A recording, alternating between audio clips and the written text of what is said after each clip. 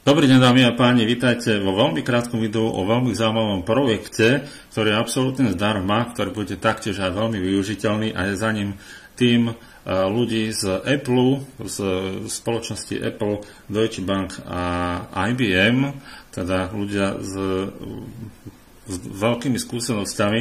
Naozaj to vyzerá veľmi zaujímavo. Projekt bude absolútne využiteľný pre každého, alebo dá sa povedať, že produkt, by som mohol povedať. Produkt bude vlastne služba, bude to teda výmenník digitálnych mien, alebo respektíve kryptomien. Čo bude jeho plus? Bude to, že bude mať 10-násobne nižšie poplatky ako konkurencia. Takže naozaj toto bude top v tomto projekte, že jednoducho bude ho chcieť každý. To, že ho bude chcieť každý, bude veľký plus aj pre vás. Za chvíľučku vám to vysvetlím. Budete si tu môcť vytvoriť pasívny príjem, to je naozaj veľmi, veľmi dobré, ale poďme k tým jednorazovým províziám, aké budú. Takže na základe vašej registrácie získate tzv. 50 VCX tokenov. A tieto tokeny budú mať pri spustení, by mohli mať pri spustení hodnotu $5, čiže 50 tokenov sa rovná $5. Za každého vami privedeného človeka, ktorý sa k vám zaregistruje, získate 100 VCX tokenov, čo bude pre vás znamenať prepočte $10 zo začiatku. Samozrejme, tieto tokeny by mali vstúpať na hodnote vďaka tomu, že projekt bude napredovať. Takže poďme k tomu, ako vy môžete napríklad získať pasívny príjem a veľmi zaujímavý pasívny príjem. Takže máme tu takú kalkulačku nižšie na stránke, kde si môžete teda zapísať napríklad, alebo vypísať, že ste získali 1000 tokenov a to pre vás znamená pri obrate projektu 1 bilión, čo je $1 miliarda, to je naozaj veľmi možné číslo pri týchto výmenníkoch, čo bude pre vás teda znamenať $6 mesačne. Čo sa ale však stane, keď sa projektu bude viac dariť, dajme tomu získať 10 miliard dolárov denne obrat, to znamená, že budete zarábať $60 mesačne. Myslím, že tak na prilepšenie je to celkom zaujímavé. Čo sa však stane, keď zaregistrujete takých 50 ľudí, čo je ešte relatívne možné? Získate teda 5000 tokenov a pri obrate 10 miliard dolárov získate teda $300 mesačne. To je celkom zaujímavé. Čo sa stane, keď teda máte 100 ľudí? To je $600. Čo sa stane, keď teda projektu sa bude veľmi, veľmi dobre dariť? Môže to byť aj $6000.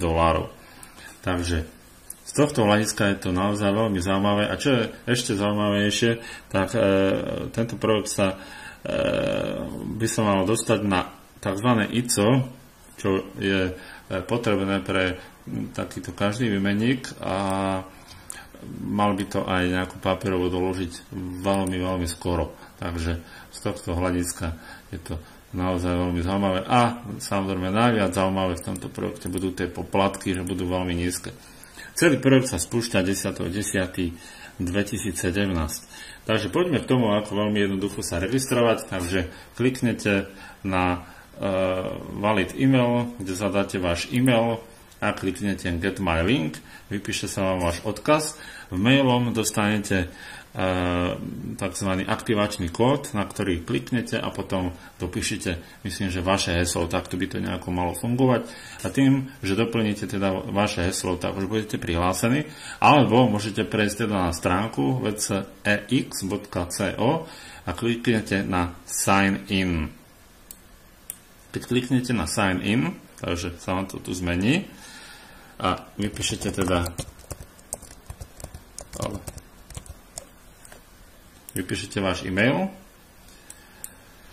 kliknete na Sign In a potom vypíšete vaše heslo a kliknete na Sign In.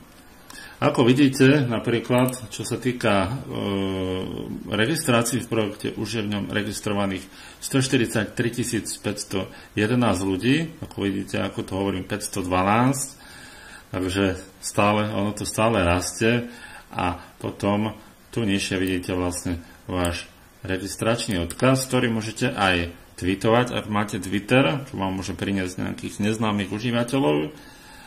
Taktiež môžete aj nasledovať na Twitteri oficiálny kanál tohto projektu.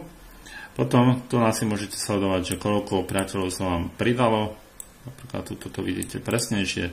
Ja mám momentálne 14 ľudí registrovaných. Získal som teda dokopy 1450 tokenov. Tých 50 tokenov mám navyše teda z vlastnej registrácie, aby ste tomu chápali.